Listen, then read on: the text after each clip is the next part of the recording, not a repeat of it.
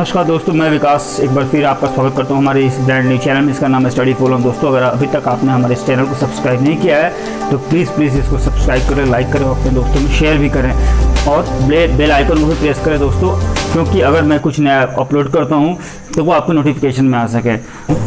चलिए स्टार्ट करते हैं अपना पहला क्वेश्चन से। दोस्तों, पहला क्वेश्चन बोल रहा है प्रोटीन का संश्लेषण होता है। प्रोटीन का संश्लेषण होता है कहाँ होता है? प्रोटीन का संश्लेषण होता है राइबोसोम। नाम आपने सुना होगा। प्रोटीन का संश्लेषण होता है राइबोसोम में। चलिए तो नेक्स्ट क्वेश्चन में चलते हैं दोस्तों। सेकंड क्वेश्चन बोलता है कोशिका के अंदर ऊर्जा का निर्माण होता है। कोशिका के अंदर ऊर्जा का निर्माण होता है। कोशिका के अंदर ऊर्जा का निर्माण होता है माइटोकॉन्ड्रिया में। कहाँ होता है? माइटोकॉन्ड्रिया में। दोस्तों, माइटोकॉन्ड्रिया जो है उसको पावर हाउस भी बोलते हैं और ऊर्जा गृह भी बोलते हैं। यही कारण है कि ऊर्जा का निर्माण यहाँ होता है, उसको पावर हाउस भी बोलते हैं, इसको ऊर्जा गृह भी बोलते हैं।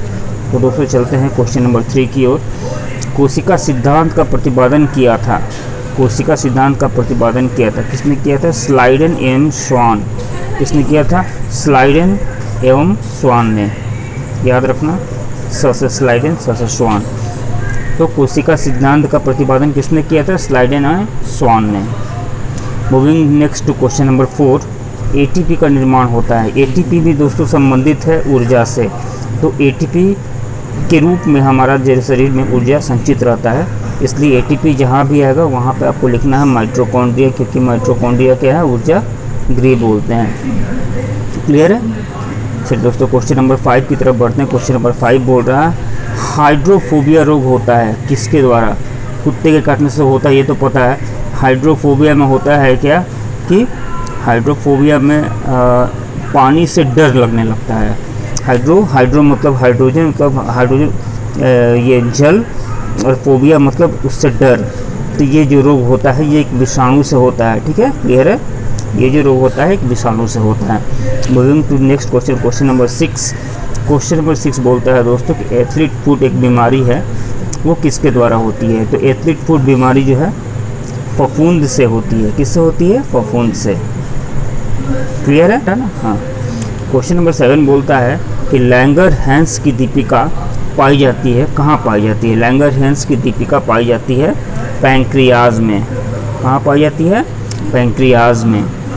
Question number 8। रुधिर परिसंचरण तंत्र की खोज करने वाले प्रथम वैज्ञानिक कौन थे? रुधिर परिसंचरण तंत्र की खोज करने वाले प्रथम वैज्ञानिक थे विलियम हार्वे। ठीक है, रुधिर परिसंचरण तंत्र की खोज करने वाले प्रथम वैज्ञानिक कौन थे? William Harvey. Clear? Moving to question number 9। विषाणु की खोज किसने की थी? विषाणु की खोज की थी इवानोवस्की ने। क्वेश्चन नंबर 9 कंप्लीट हो गया आपका। विषाणु की खोज किसने की थी? तो विषाणु की खोज की थी इवानोवस्की। Question number 10। जीवाणु की खोज किसने की थी? दोस्तों ये दिमाग में बैठाते चलो नाम। जीवाणु की खोज की थी लिवेनहॉक ने। ठीक है, विषाणु की खोज इवानोवस्की, जीवाणु की खोज लिवेनहॉक। क्लियर है? Moving to question number 11। Pellagra रोग किसकी कमी से होती है? पेलेग्रा आपने नाम सुना होगा, ये विटामिन B5 की कमी से होती है, जिसका नाम है, रासायनिक नाम नियासिन है। ठीक है, पेलेग्रा रोग जो है नियासिन की कमी से होती है, जिसका रासायनिक नाम क्या है? नियासिन। B5 का रासायनिक नाम क्या है? नियासिन। नियासिन की कमी से पेलेग्रा रोग होती है। ठीक है। क्वेश्चन नंबर 12 बोलता है कि मानव शरीर की मास्टर ग्रंथि क्या कहलाती है? मास्टर ग्लैंड बोलते हैं पिट्यूटरी ग्लैंड को। किसको बोलते हैं? Pituitary gland. क्लियर है दोस्तों? दिख रहा है ना? न्यूक्लियस की खोज किसने की थी? तो न्यूक्लियस की खोज की थी रॉबर्ट ब्राउन ने। ये पहले मैं अंडरलाइन कर रखा था। रॉबर्ट ब्राउन ने न्यूक्लियस की खोज की थी। Question number 14। भारत का केंद्रीय औषधि अनुसंधान कहाँ है? भारत की केंद्रीय औषधि अनुसंधान कहाँ है? लखनऊ में। ठीक है, औषधि अनुसंधान लखनऊ।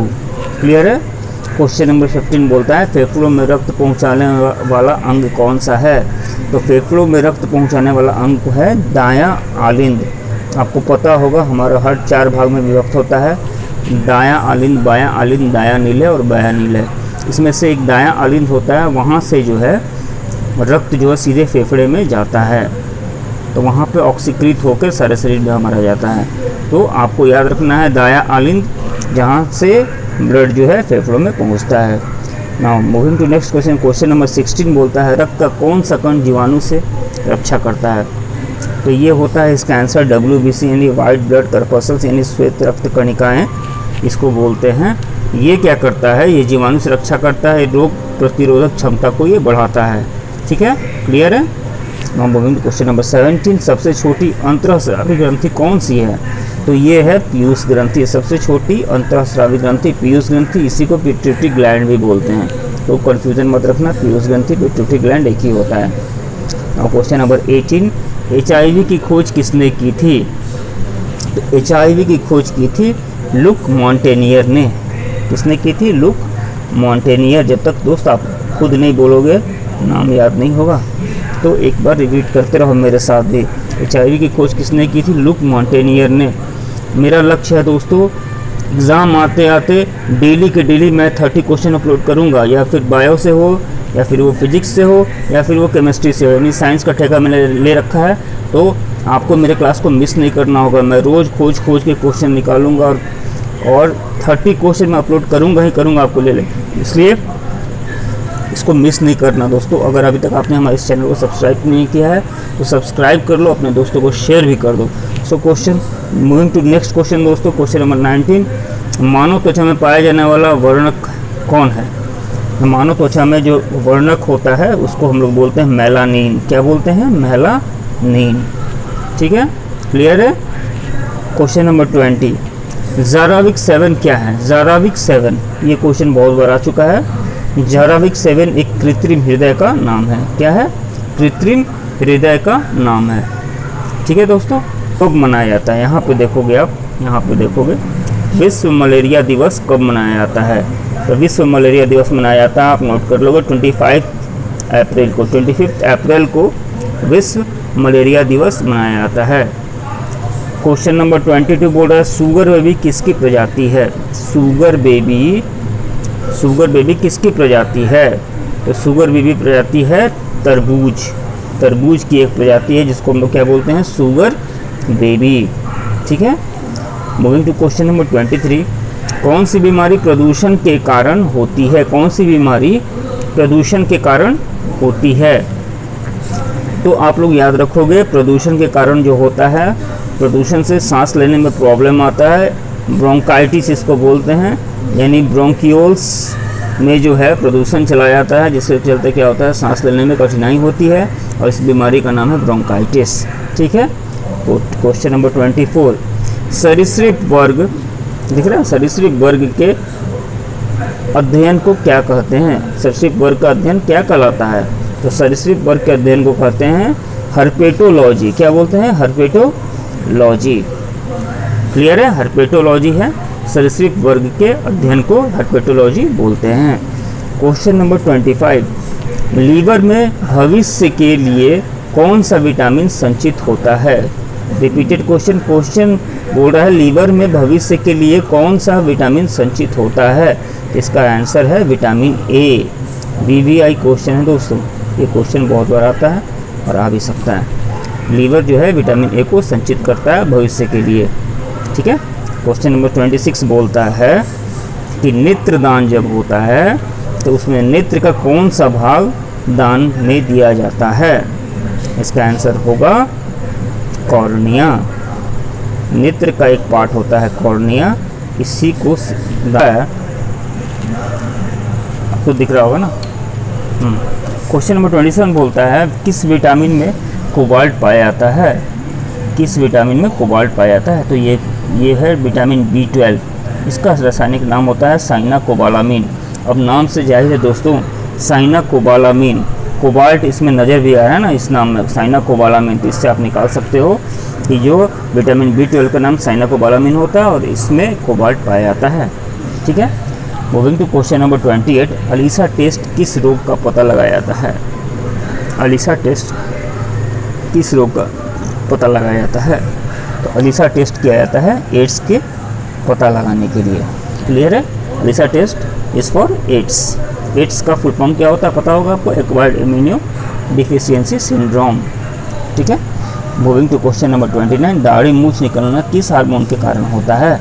दाढ़ी मूछ निकलना किस हार्मोन के कारण होता है? दाढ़ी मूछ ये तो जेंट्स में ही निकलता है, और जेंट्स में कौन सा हार्मोन होता है? तो टेस्टोस्टेरोन। क्या होता है? टेस्टोस्टेरोन्स।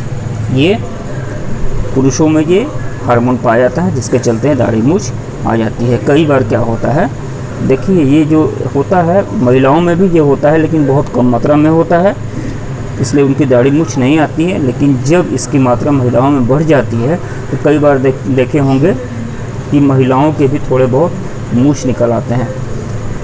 तो ये जो होता है ये पुरुषों का हार्मोन है, टेस्टोस्टेरोन। ठीक है दोस्तों। Moving to question number 30, that is last question of today.